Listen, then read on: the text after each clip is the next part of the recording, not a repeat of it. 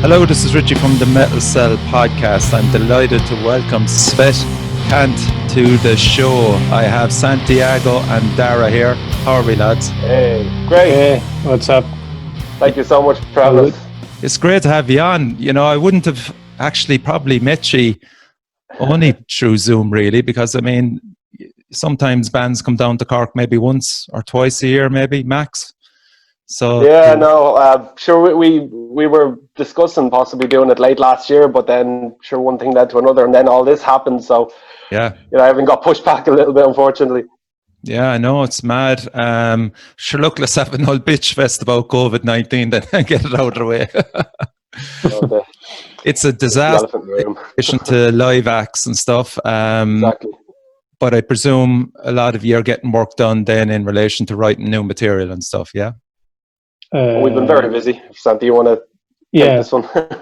Yeah, like we used to have our jam place down in the Liberties in Dublin, and now we're moving out because I think they're selling the building or whatever. So we basically pre-produced 3 tracks there, like all the guitars and some demo vocals, and then we just hit Track Mix Studio to record the drums and mix.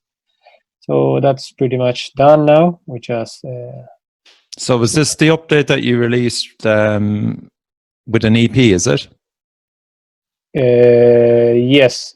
Like we're currently working with a booking agent from England, and we put together this 3-track EP. Mm-hmm. Well, it's not short. It's about what. 20 minutes long. 3 songs, 20 minutes. Yeah, something like that. 19 minutes. Nice. So the idea is that besides being a booking agent, they are also they can do some label shopping for you. So they would send the material to potential labels interested in working or some kind of deal to release the album. Okay. So we're currently doing that, just waiting for any good news from the agents, and in the meantime just writing more stuff in order to complete a potential album. Our goal is to mainly plan to release that in 2022, 2023, kind of like a good 3 to 4 years gap in between albums, just not to kind of release albums way too often. Yeah, of course. And like, were you with Wormhole Death, is it? Right? Yes. Our first album as an Irish-based band was released via Wormhole Death, and it's been great so far. They've been promoting us. It has been released physically in Japan, Europe, and North America. So pretty happy with that. Cool. And now just looking for any new potential partners in crime. If you don't mind, for those that don't know much about the band, maybe if you just started, Santiago, on your journey. You're from Argentina. Yes. And I suppose, okay, so you probably got into metal like we all did, listening to the Big Four. And, yeah. Did you take up guitar early then, or what? I don't think so. I don't think it was early at all. I actually started playing guitar when I was 17. Okay, that's late, actually. So I obviously started playing, AC/DC, rock, hard rock, stuff like that. And then I kind of started shifting towards metal. I remember, I think my first album was probably God Hates Us All by Slayer. Not a bad start with. Good choice. And then I also kind of became really interested in prog metal, especially Dream Theater with the album Images and Words. Mm-hmm. So it kind of evolved from there, kind of like And what part of Argentina are you from? I'm from the capital city, from Buenos Aires. Okay, so was there a scene there that you were aware of at 17, 18? Yeah, I think that every country in the world has its own metal scene, and especially capital cities, Dublin, Cork also has a good scene. Like every kind of big city has their metal scene. Obviously, Buenos Aires is compared to Dublin is like, I don't know. I think the population there is about 3 to 4 million people, so it's kind of like almost 10 times. So That's a bit of a difference.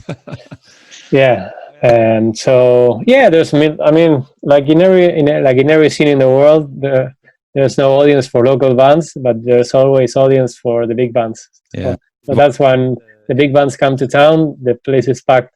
When you go to local shows, nobody seems to have money for that, right? Santi's the only one there. You've seen that, Darragh, have you? The AC/DC River Plate.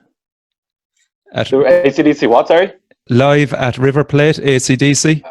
No, I haven't seen. I'm actually not the biggest AC/DC fan, to be honest. I haven't seen that one. I've seen some other. What was that other one? There was a big concert here. What was it, like 20 years ago or something like that? I've seen footage of that one. But I'm not a massive fan, to be honest. I know, as I said, it's just the crowd in River Plate Stadium was just insane. Yeah. One of them really kind of iconic shows. That happens the same. There's also a Megadeth DVD live in Buenos Aires. Live in Buenos Aires, I have that one. It's fantastic. I was there actually. Were you not? Were you? Yeah, Nice. I was there. Did you wave at Dave? And I was also on a live DVD that Dream Theater recorded back in Argentina as well. So I've been to many of them.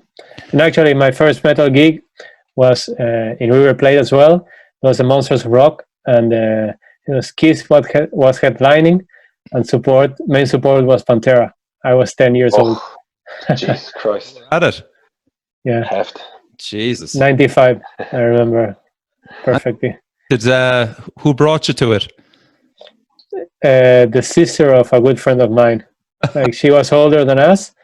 And I think she was like about 20 or a bit like 17, and we just went there, and it was kind of packed of metalheads, and I just didn't understand shit. I don't know where was I? Like, it does happen. It was. My daughter, I brought her to AC/DC in Punchestown, and she was 8 years old, you know. It was not a bad... Start 'em young, that's the way. That's the best way to do it. But it's... one of my mates, he got married, and they went on honeymoon to Argentina. And it's that I would love to go to. If I had a choice, probably that and Cuba would be my main two places to go. But he said to me, like, they were on their honeymoon, and his bride was getting upset. And he says, you know, what's wrong? Why are you upset? You should be happy. And she goes, this is depressing. And he goes, what? He goes, all the women over here are just so beautiful. That's right. Oh, and you can they have nice women there and good food. Well, especially steaks, if you like your steaks and wine. Football, rock and roll, and women. Famous for that. So obviously, then you took up guitar lessons. Yeah. Well, I'll just try to make it short because it's kind of like a long story. So I started playing guitar like 17, and then I started playing electric guitar, and then at around when I was 21, 22, I kind of joined a metal band, a thrash metal band, which was kind of, it wasn't popular or big, but it was kind of like renowned. And I was with them like for 5 years, until 2005. And then we just parted ways. And in the meantime, I kind of started becoming interested in classical music. So I started playing classical guitar as well. Okay. So I kind of became interested in classical guitar or composition. So I started writing my own songs. And then if you fast forward another 5 years, when I was still studying guitar, it was about 2010, 2011, and I had like this, this one-man project. So I started putting songs together, and I started producing them with a producer, blah, blah, blah. So that kind of was ready to be released. And in 2012, and then I said, okay, I wanna study music or further my music career abroad. So as my brother was living here, I came here to Ireland. That was in the beginning of 2013. And did you record those tracks before you left for Ireland, or? Yeah, that's right. So I did everything in Argentina, and then I just came here and kind of just released it just to have something in order to be able to kind of look for potential musicians and So you used the session drummer on the first album then, and a friend filled in on bass, yeah? Exactly, yes. That's right. And then, and then when I was here, I kind of settled in here. This was in April 2013. And then I started looking for band members. So first I met Paul, the bass player. Mm-hmm. Then we contacted Lim through Facebook ads, something like that. So he joined, and then we find like this drummer from France, and it was kind of going well. And then on the day of the gig, or on the day before our first gig, he kind of he just disappeared out in the thin air. So that's why now I love France. Still don't know where he is. And then, so on the day of the gig, that was I think it was on the 17th of March or 20th. So with the lads say, okay, since we bailed out of the gig, at least let's go to the gig just to support the bands. And then one of those bands was playing Mr. Darragh. He was, it was with Morality. Yeah. Yes. Now I think the guitarist of that band has gone kind of AWOL, and then the bass player slash singer has now joined Element X. So okay, Dave. Kind of Hugo. All right, sorry, I thought you said singer. Okay. So now we have two bands that splintered off. He used to look like Tom Araya a lot. Well, funny you say that, because we did when was it? 2014 New Year's Eve. I think we did a Slayer tribute. Gig. We played a bunch of Slayer songs, some stupid songs that are impossible to play, Ditto Head and stuff like that. I don't know whose bright idea that was, but I think there's some terrible video floating around somewhere on YouTube of us playing Ditto Head on New Year's Eve. And you decided to keep the name then Santiago. Yeah, so on that gig, I was with the lads, and I told, okay, that's going to be our new drummer. So then I just kind of friended Darragh, and then we started chatting, and he started kind of as a session musician, as a session drummer, and then we kind of convinced him to become a permanent member of the band. And then for about a year, I was in the two bands at the same time, and that was exhausting. What was? I think there was one time in the Pint, or it was the Wiley Fox. We played, and then Fibbers. I think I played 3 gigs in one day. That was something. What band was that, Darragh? Oh, Morality. The last band, yeah. And Svet Kant at the same time.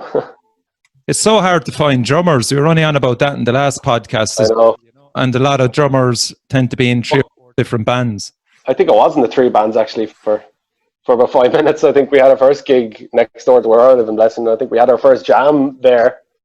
And Danny from Trophy and various other bands. That's how I met him. Me, him, and Darragh were in Horrenda for a little while. We had our second gig in Fibbers downstairs when they were renovating it, putting on the course paint and going upstairs. It was fun. Great fun. Brilliant. Sure. Look, I mean, it all counts, man. More experience, Exactly. I don't know. Couldn't tell you how many bands I've been in now. 6 or 7 or 8. People always get on to me about asking bands how they got their name. Svet Kant. It's not something that rolls off the tongue easily. Yeah. So basically, I have my grandmother. She's from Slovenia.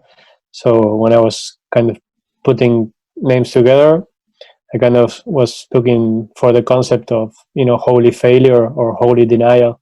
So it's kind of like a wordplay.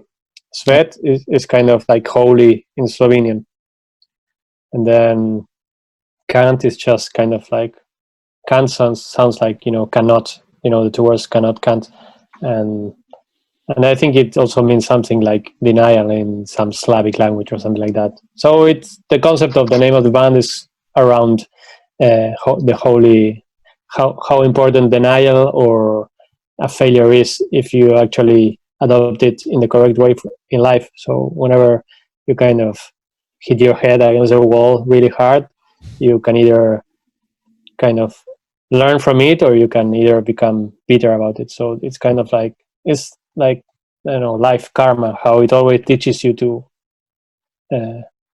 learn from each failure and then kind of Move on. become a better person, individual, whatever. How did you find then working when you had all the band members together and you were jamming? How did you find, bringing your ideas to the lads? I'm sure it must have been unusual for you, as probably because you're so individualistic with your music. Was it hard then to kind of share it with the others and try and get their inputs in? Or the thing is that by the time we put the band together, like our first gig was in 2015. So by then I almost had like a second album kind of fully written. So I said, okay, for this album, let's go this way.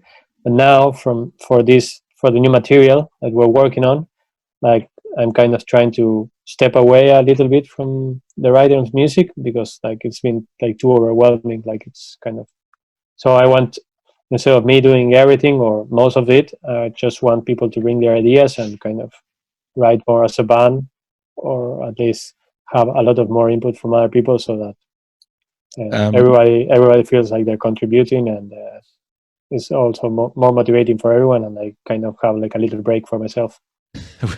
Is that a fair enough synopsis, Darragh? Yeah, and I think the first riff that was kind of brought to the table was by Liam, and it was just this off-the-wall kind of black metal riff. And I was like, what is this? Like a real kind of da-da-da-da. I'm like, okay, I'll just make the pedals go. So that was a nice kind of jump into the new kind of style of writing that we've been doing the last year and a half, 2 years. So it's been very interesting. Yeah, it comes across especially in your last album, the musicianship is, really through the roof, so fair play for all that. It's been a very uphill kind of battle for me, because I've come from a very different musical kind of place, like mainly my previous band, Megalagog, real kind of just thrash metal kind of stuff, and then Morality, more thrash metal, so very just 4/4 stuff for me, and then going into all these different kind of time signatures stuff, so it's been really like growing as a musician. It's been very rewarding, I have to say. You started, what was it, 14 when you took up the drum kit? It was 14, yeah. My first band, Kevin on a Bike, that was completely different style altogether. It was more kind of pop punky kind of stuff. And then into Megalagog, and then I was in them two bands for about a year as well. And then it was just Megalagog for a while until I had some health issues and I had to quit drumming for about 2 years. And then thank God I got a double lung transplant, so all good now. And then about 2 months after that, I started looking for a new band. To be honest, it was kind of immediate. Like I need to get back on the horse and start playing again. Yeah, unbelievable. And your influences then, Darragh, is it mainly thrash or what? Is it just probably in the beginning stage? Definitely thrash. Like the first 5 years of playing, it was mainly thrash and kind of grungy stuff. Starting off, but then after that, like same as everyone, kind of definitely branching off into the weirder, kind of more extreme stuff, and then time signatures and stuff like that. But definitely started off with the kind of the simpler stuff, Metallica, Slayer, Anthrax. Well, not simple, but like kind of more straightforward kind of stuff. And then likes the emergence of Gojira and Meshuggah then. Oh, definitely, yeah, absolutely. Yeah, Opeth and all that weird stuff.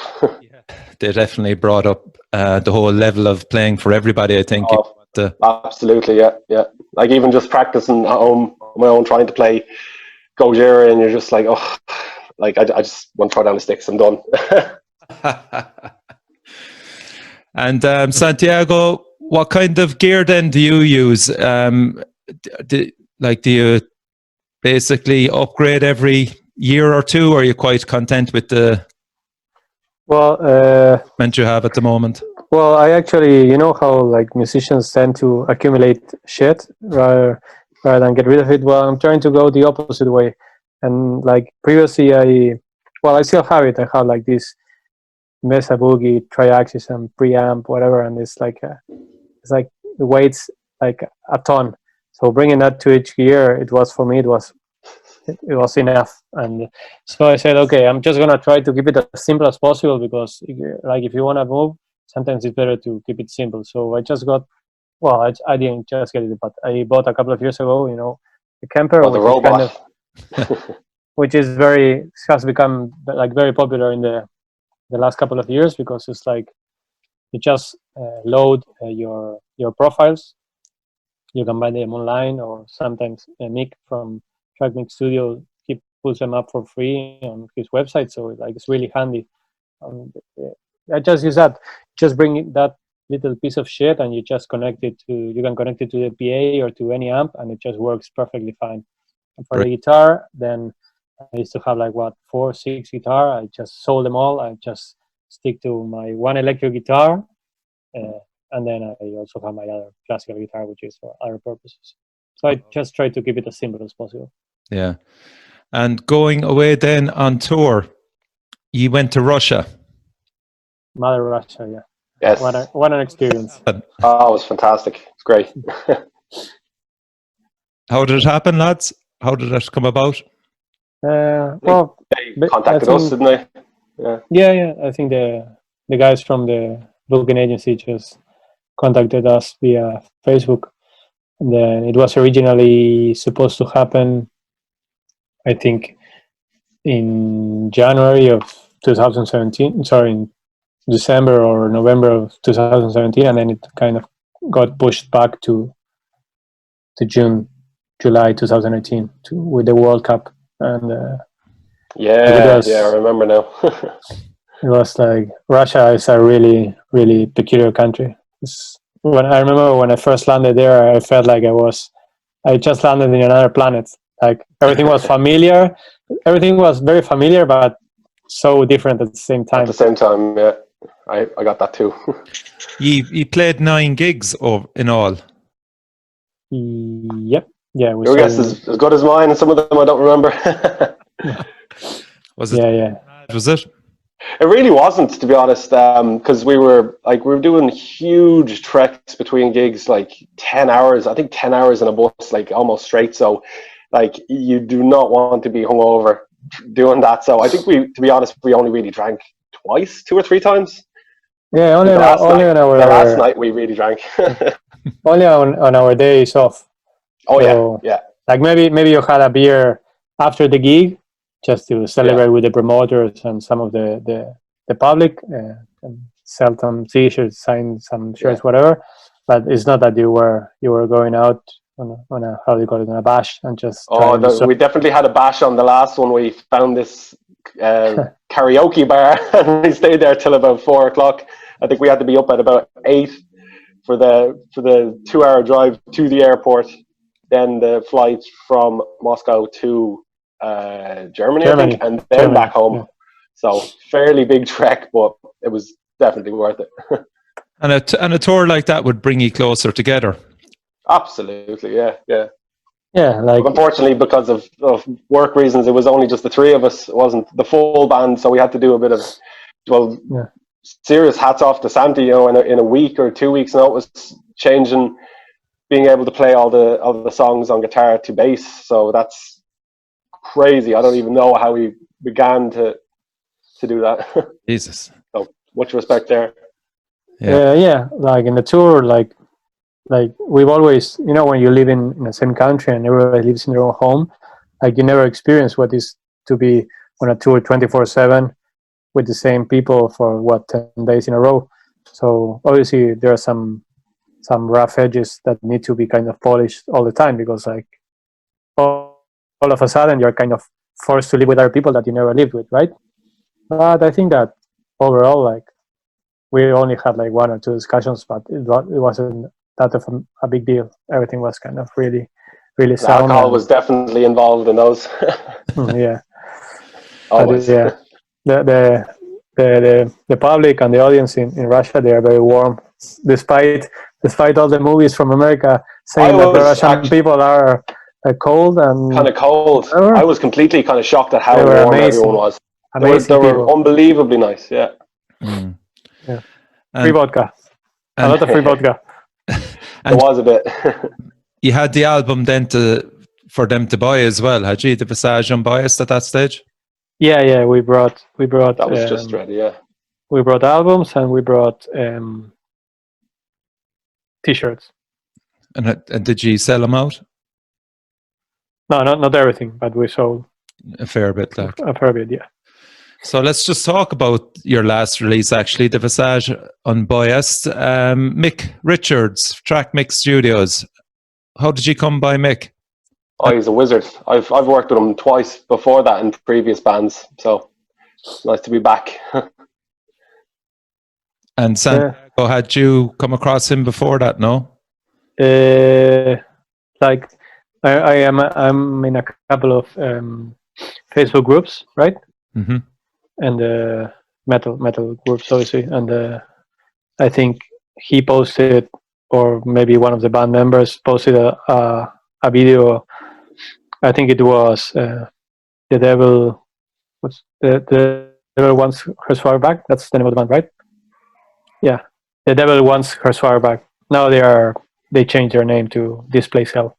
Oh, okay. Yes. So I remember seeing one of them videos, which was produced by Mick, and I said, wow, this sounds like really, really good. So I just got in touch with him, and then I went down to the studio, explained him a little bit about our album, about what we were looking for, and then we kind of like said, okay, we booked because all of us were working. We booked, instead of working like 2 weeks in a row of the studio, we booked like 4 weekends. Okay. 3-day weekends, so Friday to Sunday for four weekends in a row. Right. And then I think that was about 6 months before the recording date. So in those 6 months, we just kind of rehearsed a lot, especially with Darragh, me and him in his place. Right here behind us, he was here every day for about 3 months, from about 9 o'clock to about 2. No exaggeration. Yeah, like 3 times a week. Yeah. Oh, I think it was a bit more. I think it was about 3 or 4 or maybe 5 the odd time. I think coming up to the album recording time, it was a lot. Yeah, and it was a lot of I hard remember work.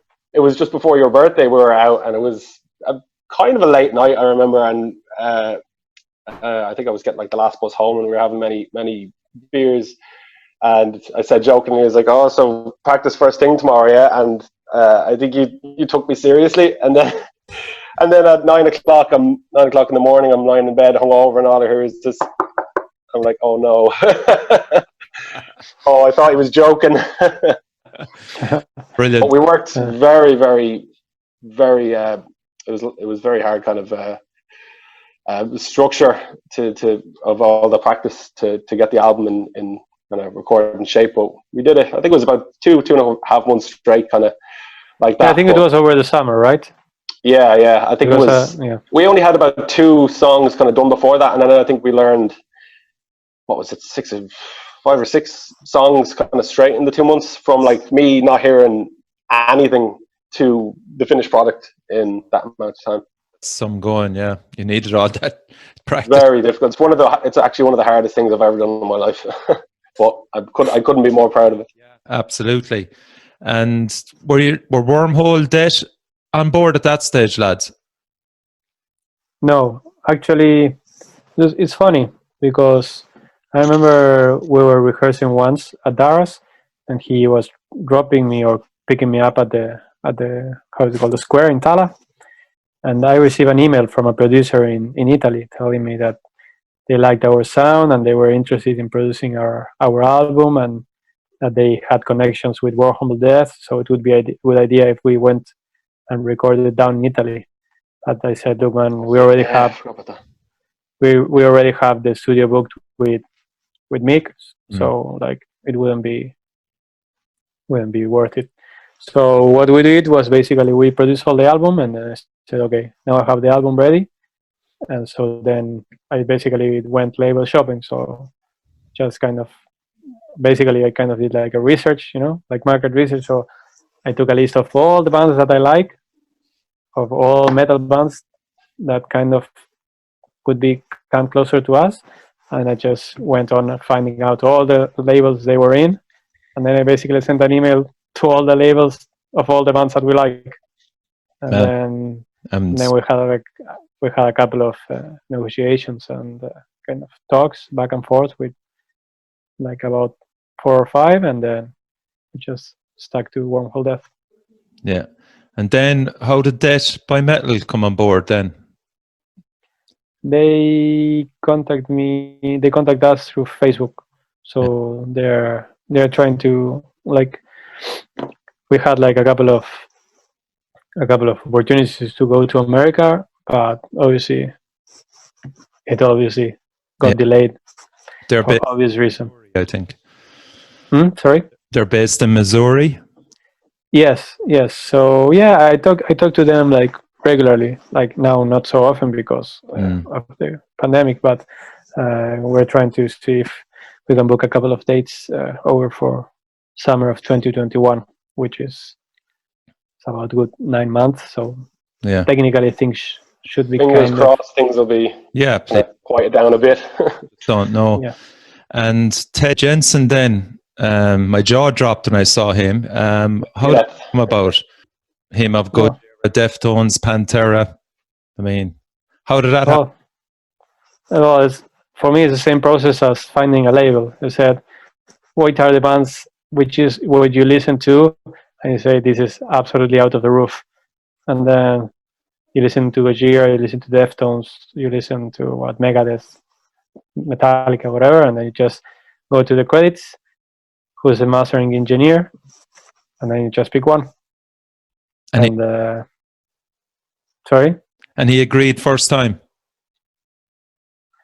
Well, these are like, you don't talk to him. This is like a super huge mastering studio in New York, so he has like his own assistant.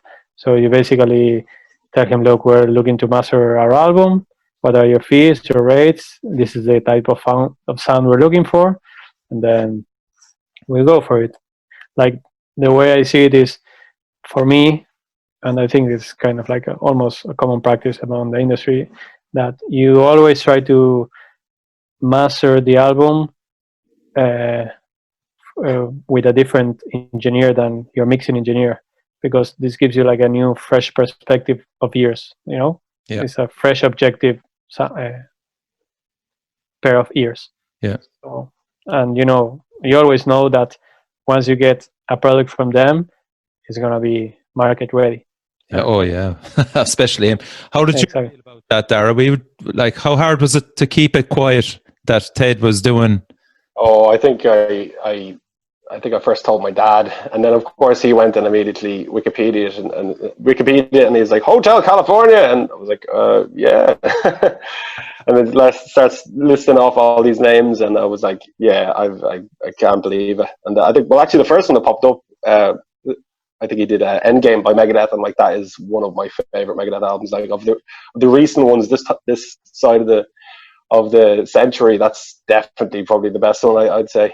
So yeah, it was really, really cool news. Jeez, that's and of course, like the finished product was fantastic. Then and like the way I see it, or the way you learn from experiences, is that it probably will cost more than having it mastered somewhere else, but you know that in 20 years time it's still gonna sound great, so it's better to put a little bit more money now, and maybe in 20 years time you listen to that and you're gonna say, I just wish I paid those extra bucks. Yeah. How did you come across then Threadbare Artwork, who did the cover for you? Well, actually, I don't know. I think they done a couple of good album covers for this band called Belphegor, or I don't know how you pronounce that. Belphegor, yeah. So I know. I think they just popped up in my feed, or I know how I find them, and I just follow them on Facebook because I think they produce like really, really good content. And then every once in a while they put up some prints or some designs that are for sale. And I remember that when I saw that, I said, wow, that looks really, really cool. So I said, okay, that kind of fits of the concept that I had in my head for the for the name of the album. So I said, okay, let's go for that. I just bought it from them, and then I did Now he's our all the, mascot. Whole Yeah. face. and then I did all the design for the album and like in Photoshop and shit like that. Yeah, and the collaboration then with Rebecca Rogers. Yeah. How did that come about? Well, I actually moved to Ireland to study music, to keep on studying music. So I started classical music at a conservatory here called the Royal Irish Academy of Music. So it's just a friend of mine from the conservatory. She's a soprano singer, an opera singer, basically. And then I just said, I always liked Opeth, and especially like this song by Opeth called Coil, which is the opening track of Watershed album. Yeah, I just love how the voice of a female singer gives an extra touch to the album. And then I said, okay. Very brave move. What do you call think? that song? Sorry, I call that song the mammy song, because you play your mom, when you finish an album and you're all proud of it, and you play them all the songs, and they're like, oh, it's a bit heavy for me, and then you hear that one song and you hear the beautiful voice, and like, oh, I like that. Oh, I like it. Yeah, all the mammies like. Yeah. The video for that song, Sea of Planets, is amazing. Yeah. That's Olga, is it? Olga? Yeah, Olga. She's worked with her twice now, isn't it? Twice. Yeah. She also did our latest promo shoot. She has like a really good eye, and I think she has like this understanding, or like it's always good to bring a little bit of female perspective into the metal genre, because sometimes it's like too macho balls to the walls, Yes. So it's good to kind of have like a little there. Usually women are, they are way classier than men in terms of aesthetics and style, so it's always good to have an opinion about that. Yes, very much so. Did she come up with the whole concept of the guy coming out of the river and the swan, and Yeah, actually it's kind of, I just told her, she sent me the script, and then I said, okay, yeah, go for it. And she just sent me that, and almost when it was almost ready, we just changed a little edits. But when she sent me the first cut, it was kind of like 95%, 98% ready, and like I think it's really cinematic, and that was kind of what we were looking for. That's incredible. It's incredible for an Irish band to come out with that. It's just jaw-dropping, to put it mildly. I also really like A Gaze Indifferent to Your Suffering, that video as well. That was done by Crooked Gentlemen, Jeff Doyle and Sean Ryan. How did you know these lads? Yeah, good guys. Yeah, it's a really, like, I remember I told you that I got to know Mick because of this Facebook group where he posted a video of this song, and actually the video was produced by these guys, Crooked Gentlemen. So it was almost full circle. So I got in touch with them, and I told him we were looking for like a performance video, just the band playing, but in black and white. I think it kind of suits really well the overall tone of the song, and it's a fun shoe. And also the I don't know if you know a song by Decapitated called Homo Sum. Homo Sum. Brilliant band. And I kind of told them, look, we're kind of looking for something like this, where every once in a while you see a lyric of the song in the middle of the video. So we just went for that, and I think it sounds and looks really, really good. And then the song is, I know, it's a really weird song, but I think it's a cool song. It works, yeah. You like that song? It's a load of, actually, I think it was 4 videos. Was it? Yeah, 4 videos for that album. The Cogs of Envy, again, is another different perspective, again, with visual effects. Design. Julius. Yeah. Horatius, is that how we pronounce it? I think you pronounce it Horsehouse. He's from Netherlands. And yeah, well, he's basically the same guy who produced Meshuggah's video for Clockworks. There you go. I was wondering, I came across his style before and I just couldn't figure out where it was. Very. Yeah. All fractals. Yeah. So fractal art, it's a form of, is it Algorithmic art created by calculating fractal objects and representing the calculation results as still images, animations, and media. Yeah. It's a mouthful. Yeah. Well, actually, a fractal is something that when you zoom in, the thing is kind of made up of that same very thing. It's kind of like a snowflake. So if you kind of zoom in infinitely into a snowflake, you will see that the snowflake is kind of made up by little small snowflakes, and if you keep zooming in, etc., etc. I think Disney actually took the idea for that video to make Frozen 2. Isn't that true? I think. Sounds good. Yeah. Were you involved then in Persona? Yeah, I actually did that video myself because I was studying some media in college. I was in like a master's in Trinity, so I kind of started taking one of my assignments was After Effects and video editing. So I just said, I don't know, let's go. Since lyric videos are becoming so popular, I said, okay, fuck it, I'll give it a shot. And then I just started looking at YouTube tutorials and just putting a lot of time. Actually, a lot of that video, I was editing that while we were in Russia, when we had like this 10-hour trips between locations. Yeah. Darragh was playing. Second gig. Yeah, Darragh was playing with his little PlayStation. Between video games and sleeping, that's what you do on them kind of buses. Yeah, and not dying. Journeys. Yeah, there was a couple bumpy roads. Oh my God! Remember that one big crash we saw? Jesus. Oh yeah, it was. Oh, that was kind of scary. There was a guy hanging out of a window. We were going past this giant road, and there was like a truck and a guy hanging out. Oh my God! I'll never forget that. Jeez. Yeah, that was kind of rough. They're actually famous, those YouTube clips of the Russian car crashes. You know, they all have the dash cams. Jesus Christ. Or like a UFO or a giant big explosion or something. You always see stuff like that, but we see it in real life. Fucking hell. Oh yeah, they drive like crazy. They drive like crazy. Yeah. Our bus driver, my God, he was a hero. He was fantastic. He was Russian, obviously. Yeah, all of them. Yeah. I don't even think he spoke a word of English. Yeah. So that album was then listed in World of Metal in the top 20 experimental albums of 2019.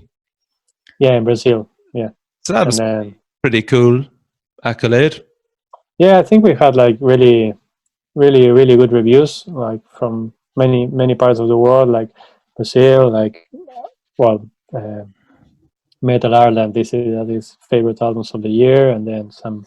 Now I can't remember all of them, but I think it had like really nice positive reviews, which is always rewarding, you know, like seeing all the effort kind of coming back in some kind of love from the fans is like super rewarding. And how do you find Ireland, lads, in relation to getting your product out there? Do you find it difficult, or is it very much a closed scene, or do you feel that you could go over to England and maybe get more attention? I think it can be difficult sometimes because it is, you know, compared to other countries, it is such a small kind of insular market. But look, we have to kind of shop around everywhere. We have to, you know, push ourselves here and then abroad, and so. I think that, in my opinion, in terms of releasing music and making it to people, now it's super easy because everything is digital. So it's just a matter of kind of getting in touch with the right people. Mm-hmm. I think that the main problem with Ireland is, as it is an island, the main problem is kind of actually hitting the road. So kind of organizing a tour is obviously more complicated because you have to go to mainland or you have to go to England, and obviously that involves more cost and more logistics. Yeah. But other than that, I think that other than that, it shouldn't be much different. But also, I think as well, though, if you release a really strong album like you did, it gets more attention and gets to more people a lot faster than we'll say Very true. the UK or mainland Europe. It could just be swamped, you know. I think it's just a matter of being patient. You know, you always have to kind of release good stuff all the time. Like whenever you release stuff, like make sure you're absolutely happy about it, and then see how it goes. And then you're just slowly building your name, your brand, and then people will start trusting in your brand, and eventually fans will come. You just need to be consistent and work hard and disciplined. Yeah. And then in relation to yourself then, Santiago, do you start with a riff when you're developing an idea, the actual concept of the song, and then develop it with, we'll say, the drums and maybe bass, and then before you even get to lyrics? He likes to make it as difficult as possible. I like to challenge the people that play with me. Oh. And well, I think that as you write music, you kind of change and you kind of learn all the time. Obviously, you don't write music all the same way, right? Mm-hmm. But I think that I usually kind of grab my guitar and then I just try, jamming away, kind of, fiddling around with guitar and see what comes up. And then if I feel that this is kind of has potential, then I write it down, and then I write it down and then I don't come back to it for a couple of weeks. And then when I come back to it, maybe I say, okay, this is shit, or okay, this is Changed worth it slightly. Yeah. So you always have kind of, you have to understand that whenever you're writing music, everything is always in draft mode until the moment you release it. So you have to be flexible about changing your mind all the time, because like you have to always try to push for the best. But what I do is I write music. I write first the guitars, and then I try to kind of have like a song structure, kind of like a almost definite song structure, about 90%, and then I start adding parts. So at first I have like the rhythmic guitar, then I add the second guitar, maybe then come up with some bass ideas, and then for the drums, maybe I program some drums, but I program them like really kind of as simple as possible, just like to show octopus. Yeah. Like I used to go crazy about that, but now I kind of change and try. I just tell her, okay, I have this. This is kind of like what I'm looking for you to do, and maybe he agrees. Or maybe he says, look, I have this, and if he shows me something that I think it's different and suits the part, then I say, okay, let's go with what you propose. The Conjuring, the one we did during lockdown, I think that was the first song there was no kind of idea for drums. It was just music that I kind of just came up with everything myself. So that was an interesting one. A few weird parts in that. Yeah, I suppose maybe 80% of the typical Irish metal fan like following patterns in the music, and say bands you don't have too many of them. Bands like yourself and Zahora, that you build a solid foundation of a song and then just dovetail off left, right, and center. Yeah. It's like and that other person. Like three songs within a song. What? People sometimes say that it's like 3 songs within the same song. Yeah, but like I usually like, it's funny because maybe when I was writing the music, I said, but I thought it was consistent. But it's always good to have like an outsider perspective to maybe let you know that what you thought it was kind of obvious is not obvious. So maybe now we're trying to make it more obvious, right? So now we have like a very, very solid and very identifiable riff that you can relate throughout the whole song. And then maybe you can depart from it, but then you can come back so that the listener says, oh, okay, that's a riff that kind of is the main hook of the song. You know what I mean? Yeah. I think objectively, between like the brand new ones that we just recorded and listening back to the first album, like it's changed a good bit. Like there's definitely a lot more kind of not structure, but like parts that it goes back to. And I think what's the longest song on the first album? I think it's like over 10 minutes, 11 minutes. And these ones are also very long as well, but I think these ones are a bit more focused. So I think as a band, we're just getting more and more kind of focused as each kind of album comes on. And this is like the second kind of writing mode that we're gone into. Well, we've already done it, so we'll be entering a third writing mode now. Probably next year or late this year when we record new songs that'll be on this further album past the EP. So it's a very exciting time. Yeah, sounds great, man. And gig-wise, I know it is what it is at the moment, but you announced that you're playing with Dream Evil in London. Yeah, actually, we had like really good plans for this year. I think we had about 5 gigs cancelled, unfortunately. Yeah, we had like two gigs booked for the Isle of Man. Really? Already inked down. It was for the 10th and 11th of April, but that was when the shit hit the fan hard. And then we were gonna close the Iron Mountain Metal Festival. That's right, lining that, yeah. And then we also had some other gigs in, I think, Waterford or Cork, whatever.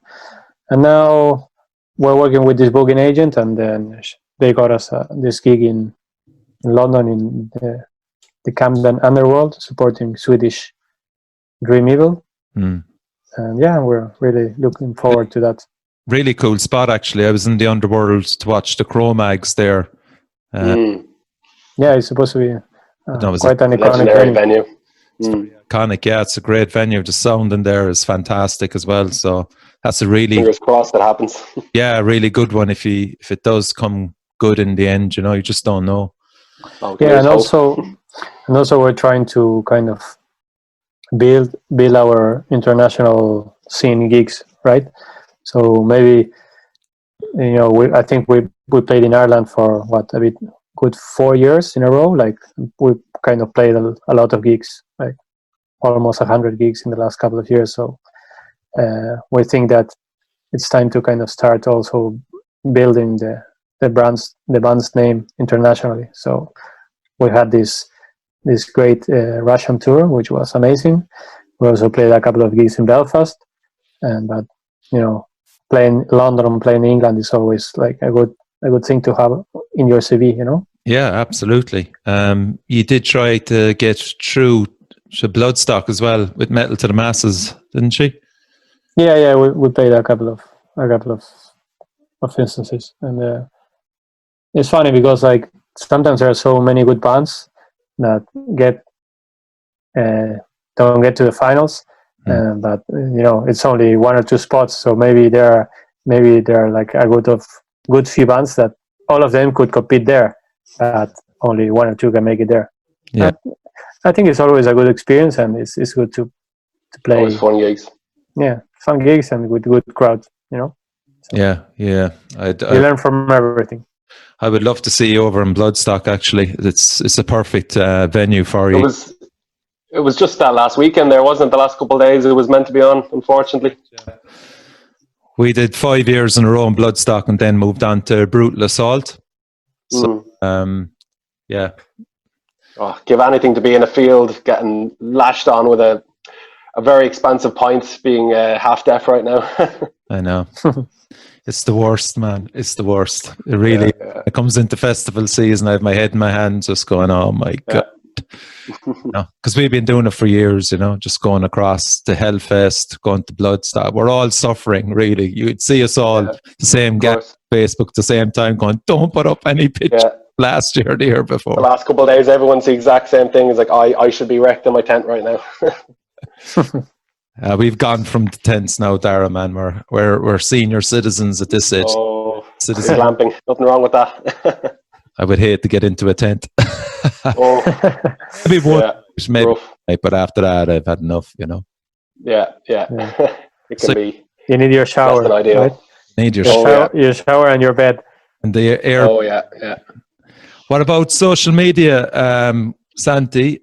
You're really good with the composition boot camp. It's a great idea, man. Are you happy with the success of that? Well, lately we've been so busy that I kind of had that.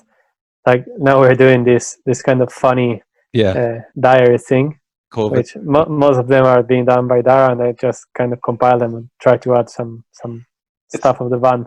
It's funny, at the start of this, Santi was like, "Oh, make these videos, just do little bits and pieces, and we'll kind of compile them." And to be honest, I actually kind of forgot, and I started making these weird little shorts for my own Instagram, just out of kind of boredom and my love to edit, because I did that in college. And then Santi was like, we could make these a compilation and include it with all other stuff the lads are doing, and make just weird band updates and it's great stuff like that. So I don't know, it is what it is. It's kind of like flow to madness, but we all can understand it, Yeah. So that's I made a really good one today about orange juice, so I'll be uploading that tomorrow. I don't know, you're sitting there drinking a glass of orange juice, like, this could be a video. That's how our heads are messed up right now after all this 3 months of quarantine. Have to channel it into something creative. You start losing your mind. Yes. But going back to the riff thing, yes, like I had the idea of kind of releasing like different levels and do more stuff. Like I just recently moved to my place, so now I have like my own little studio, if you want to call it. So I have like freedom of time. So the idea is to regularly post content. But the COVID Diaries is going to be 10 episodes. So we're going to finish that, and then we're going to move on onto the refugees and stuff like that. I mean, it's always good to kind of, if people want to use those riffs in their songs, they're for free, and whatever feels people sit down and write a song is always a good.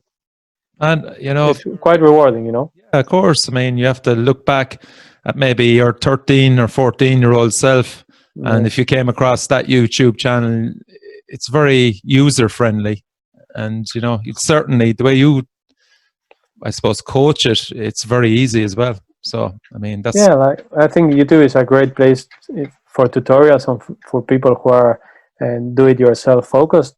Just go there. You just browse whatever you want, and there's some really useful stuff that you can learn from. A wellspring of knowledge it is. It's true. Yeah. Okay, lads. So that's it. As I said, I'm delighted to finally get to talk to you. Finally, thank God. Thanks very much for having us. It was amazing. Yeah. Thanks so much, Richie. Yeah, no problem, man. And as I said, I'm a huge fan, and I've always got your stuff on the show, and the more I can spread it, it's great. And I think you definitely have a concrete fan base in Ireland, and all of us just wish you continued success and get up to the next level, please God, next year when back to normality. Yes, we're working on that, and as soon as we have new stuff ready to be shown to the public, you're going to be the first one to listen from us. I'd appreciate it. Okay, we're listening to Svet Kant. Thanks a million to Darragh, Santiago again, and maybe December we should be back to normal, and fingers crossed. And there's gigs again, and we'll be back to our routine of going every Saturday night and talking about the next band that's coming into town. Okay, thanks very much for having us. Have a good night. Thanks so much. Cheers. Take care. Bye. Bye. Adios.